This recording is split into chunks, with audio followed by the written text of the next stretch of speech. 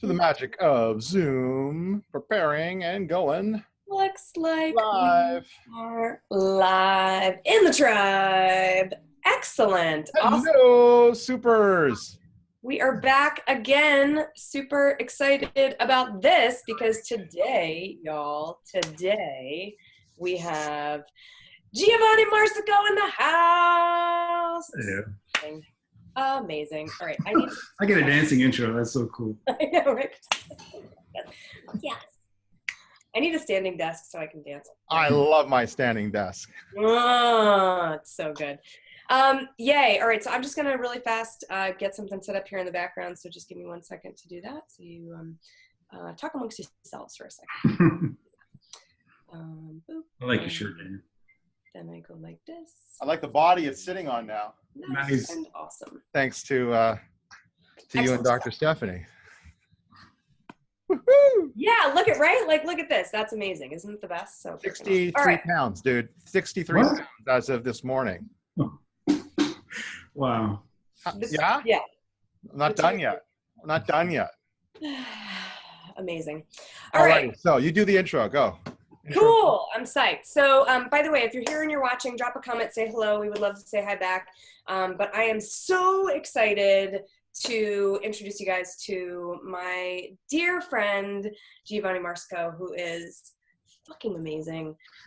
This guy seriously is such an inspiration. I became a fangirl of Gio's after stumbling upon I don't even know what. I think it was actually one of 5 times in my life where I actually clicked on a Facebook ad and it was for the Archangel event, and then like I heard Gio's message and I was like, who is this guy? We think exactly the same way, and I've been looking for my community and he has this community and there are my people, and oh my God. And ever since then my life has been completely different and so much more vibrant, and I finally found my people because of Gio. And so I have so many reasons to be grateful for him and to be inspired by him, but I'm most excited about the fact that I get to bring him here to you guys today to share his genius on being a giver in your business. And Daniel's going to frame up a little bit more about that, but Gio is the founder and chief superhero curator of the Archangel community, and has an amazing mastermind, amazing events, all these really, really awesome things that he's doing to make the world a better place.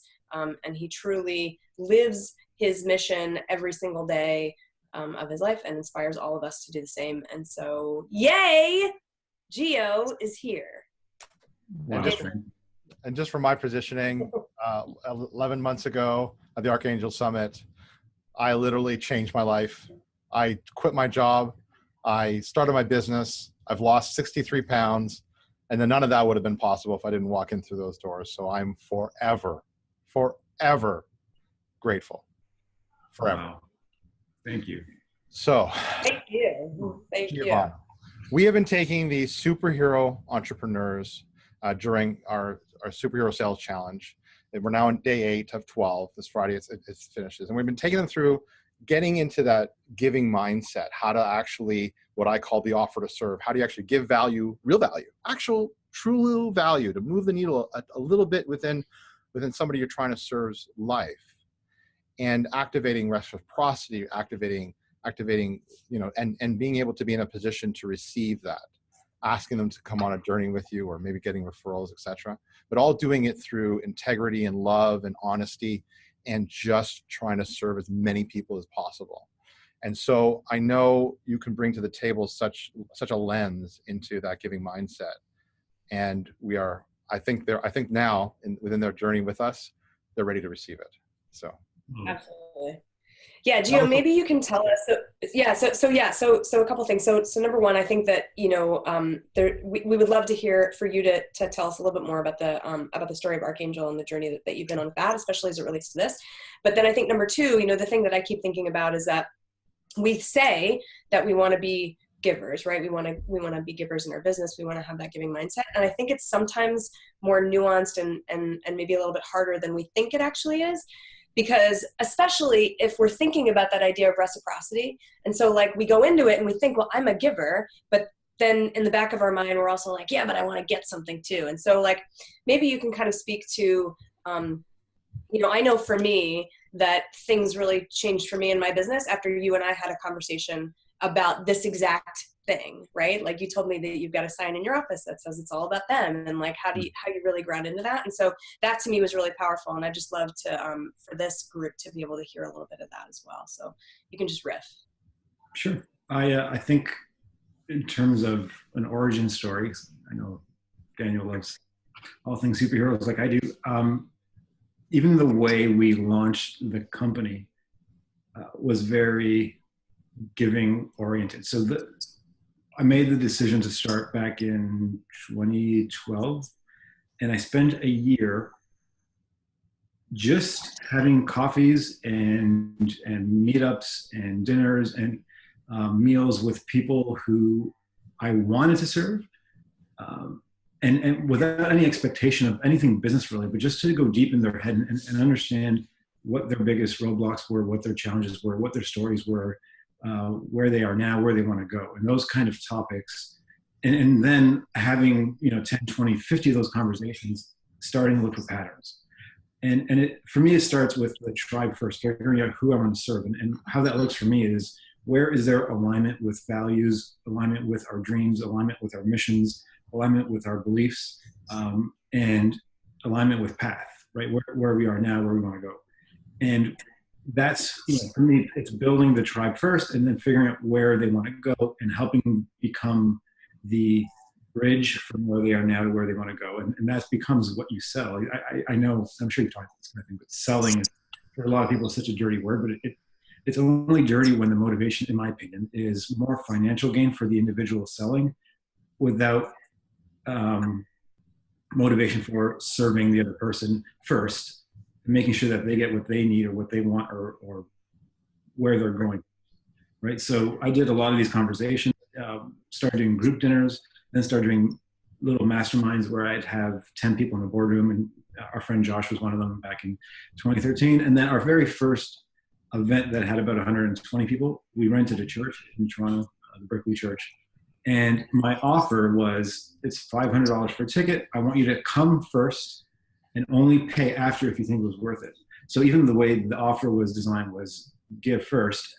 And I learned that from my friend Dean Jackson, who taught me, how would your whole business model change if you had to deliver the result before you got paid? And that line of thinking to me was like, oh, awesome. Say that one more time. Wait, say that one more time. How would your business model change if you had to deliver the result before you ever got paid? Yeah. Right. And it helped prove the concept. Our very first event was success. And since then, we started in Toronto, realized people in January may not want to fly to Toronto for an event. It's kind of cold here. So we switched to LA and started doing our mastermind events there, and just kept scaling, kept growing with the same kind of thing. And part of how we built it was being really crystal clear on who the avatar was, what an archangel is, right? What the tribe is, what the movement is, what the mission is, all that stuff first. And then the product, which in our case is a mastermind group or an event, comes next. And we design everything based on serving the tribe. And that's so true. So like being two people that get to experience that on the regular, it's so true that that's exactly how this all comes together.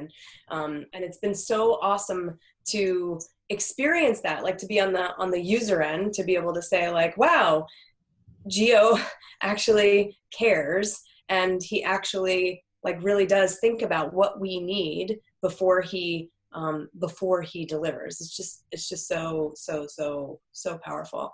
I think, Daniel, I don't know if you have any questions for Gio about that, but I had something I wanted to Go ahead. So I think, like I mentioned earlier, that conversation that you and I had a couple years ago that was so powerful for me, that made such a shift in my business, I think is so it's sometimes tricky. And I don't know that whether it's because we're not necessarily thinking in that way already, like making that shift, like I thought that I was a giver. Like I thought that I was doing a great job of giving and of thinking of my people. But that niggling, conversation was still always kind of going on in the back of my head, which is I'm giving this, because I want to get something in return. And so can you talk, like, maybe, I don't know if there was like any point in your life where this kind of shifted for you, or any tips that you have for anybody else about how to like lose that, right? To really shift to the mindset of, no, I serve to serve, and I have no attachment to anything else happening. This is very important, and it's going to be big because so many people get this wrong. So I want to share two things. One, and this now, I'm on the receiving end of people trying to give. So I want to explain how to give properly. Because, and not even just to give, a lot of asking without giving. So at least once a day, I have someone emailing or messaging saying, I'm a great speaker, I should speak at one of your events.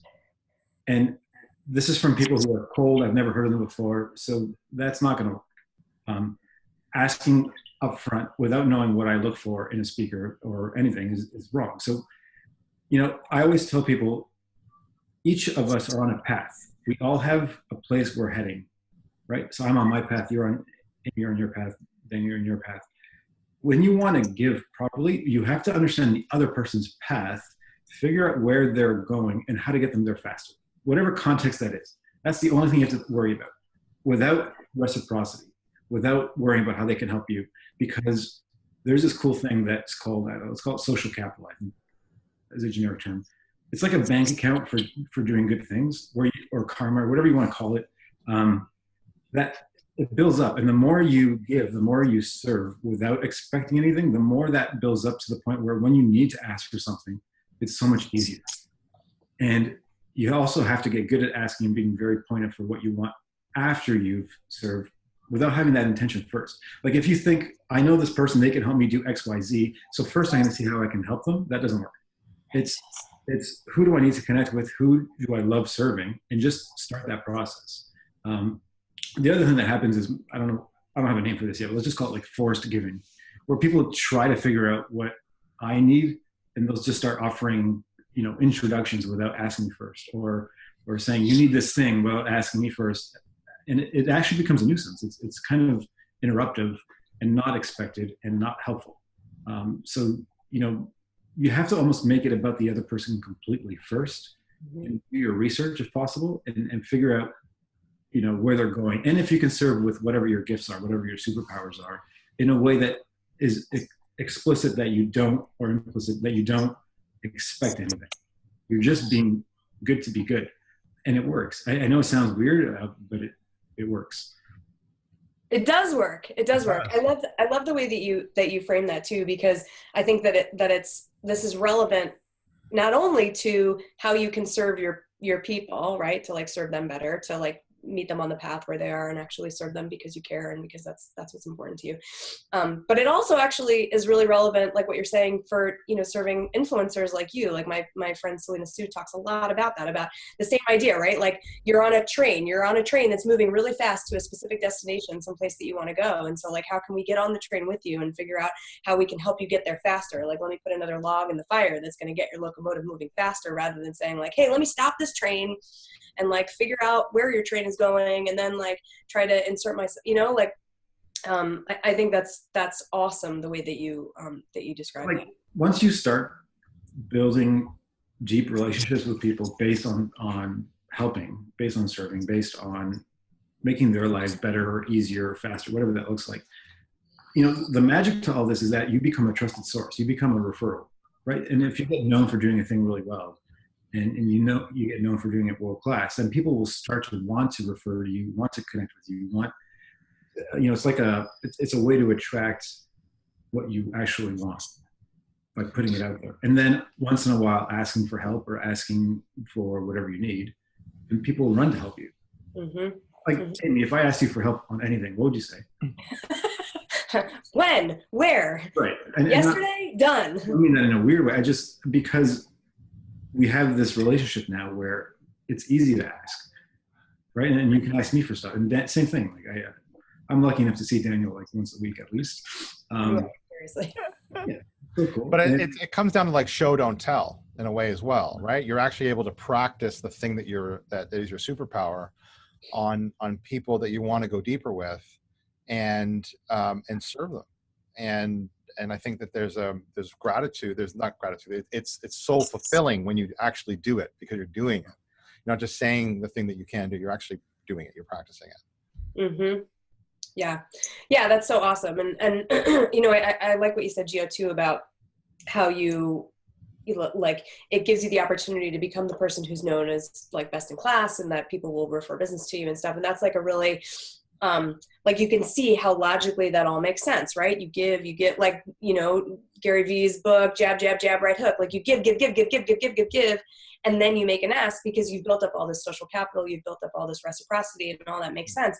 And at the same time, it also is like, you know, kind of the way that the law of attraction works too, right? Like, you're just there to serve. You're showing up in the world in a way that that is in service, and then you get served in return. And it does happen. So, like, it actually does happen exactly this way, like, so magically, so perfectly. Like, the moment that I started to make that shift, and even more so lately, now that I've been like really, really, really committed to serving in my gifts in the way that I know is best, the way that I get to have the most fun, and like promoting somebody like Daniel, promoting your events, like doing all the things that I know are like the most exciting, most fun ways for me to show up in the world, then like more and more and more and more and more opportunities keep coming out of the woodwork. People are calling me. They're like, hey, let's partner. Let's do this. Let's do that. And I'm like, fuck yeah, yes, let's do that. That's amazing. Yes, let's do that. So how about talk to us about like that first step? What is the first step that is like the one that you recommend people take? I think, and this is what I tell people, it's something I call fork currency. The fork currency is more valuable than money, because people so much focus on the money side, but you know, you always start off with time as the first one. When you're younger, you have an abundance of it. You don't understand that you have an abundance of it. And I know I speak to a lot of university students, and they feel all freaked out and anxious, and they have so much of that currency, whereas, you know, the three of us don't. So you trade your time for your gift, which is your superpowers, which is the value you provide, and you go deep on that, right? You become like, the 10,000 hour rule has to be obeyed. You have to be the craftsperson, or I'm not sure the right term is, but just practice, get really good at what you do. If you're a mastery of your become a master, right? And when you have that alignment with what your actual superpowers and your talents and your gifts are, you can 10x how good you are at that thing, or what you're known for. And then you trade in your superpowers for relationships before you ask for sales. Because that relationship currency is the secret one that people don't understand. No one who builds something massive does it alone. They have an amazing, talented group of people around them, whether it's their team or their network or their friends. You have to have the relationships first, and then you trade in the relationship currency for platform, for reputation, for brand, for personal brand. And that's the easiest. Once you're there, life becomes really easy, because now you are known for things, and people just want to connect with you. They want to refer you. They want to be a part of what you're building, and loop it all in based on what your personal mission is, the change you want to see, and aligning with other people who believe the same thing. Amazing. Amazing. I love that breakdown. Yep. Love it. Phenomenal. I was just typing these into the comments. Everybody's got them. That's awesome. Amazing. Yeah. So good.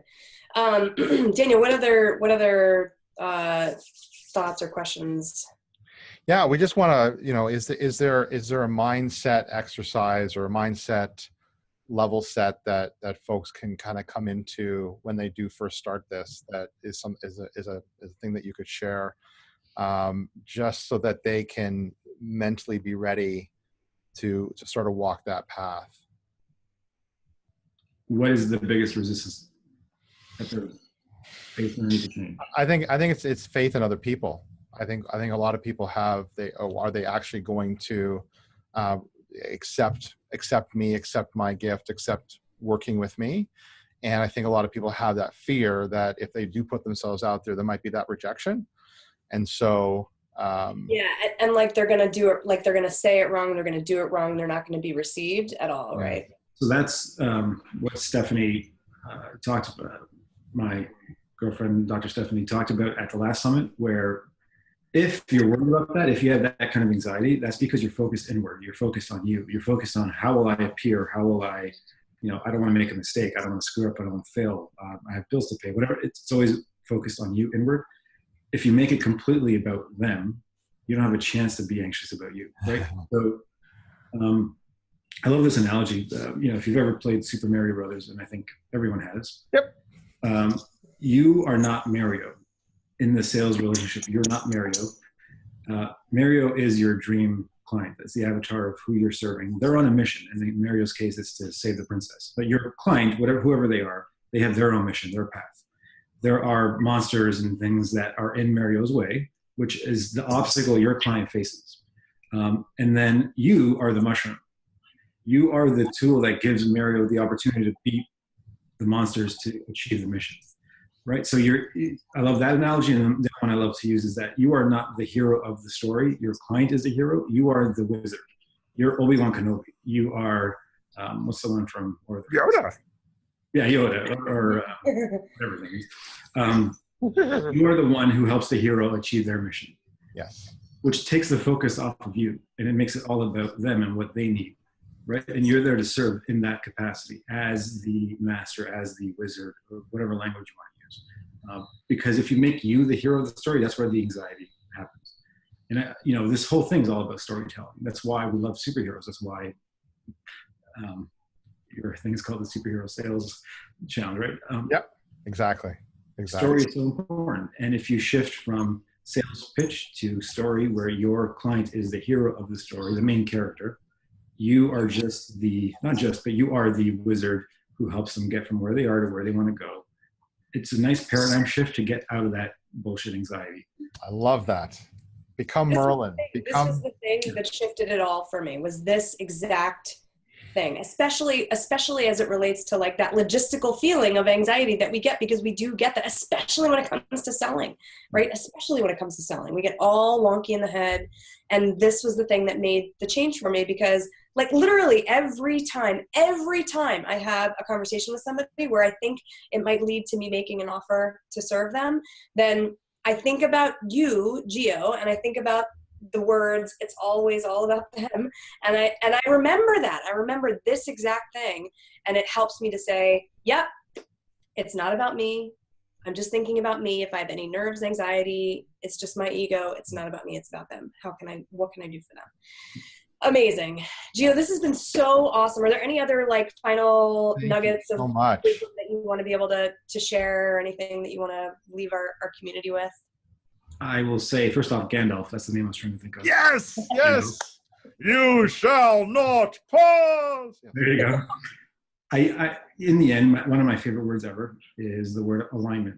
And what I mean by that in this case is that the best scenario to ever be in is if you getting further down your path and your prospect, your client, whatever that is, getting further down their path, if there's alignment between what you can do, what they can receive, and you both win, that's the best case scenario, right? So if you look for those alignment opportunities, that's the easiest way to win. So, people ask me, how do you get such great speakers for your event? How do you connect with those people? It's because I figure out what their path is way before and then I say, how can me helping them get further down their path allow us to do the same with our mission? Amazing. Thanks for taking out some time. I know the Archangel Summit's on September 9th. And I know you're busy. And so, thank you so much for taking it out. I can't wait to be there. And I can't wait to continue to serve you. And just thank you so much for everything you do. Gio, you're amazing. Guys, if anybody has hasn't gotten a ticket to the Archangel Summit yet, please go check it out, archangelsummit.com. And it's in Toronto. It's going to be amazing. It's easy to get to Toronto. It's easy to go to this event. Seriously, they make it so easy, and it's life-changing. So please check that out for sure. And follow Gio. And I feel like we should all strike a superhero pose or something. Hold on, ready? I don't know if I can do this two hands. Okay, go. Oh. Do we have to do it together? Do it all at the same time. Awesome. Gio, thanks so much. I love you. We love you. Thank you for being here with us. And you're awesome. And hug Stephanie so you guys can both get a hug. Yes, please. Thank you. All right. Thanks for being here, buddy. Bye-bye. Bye.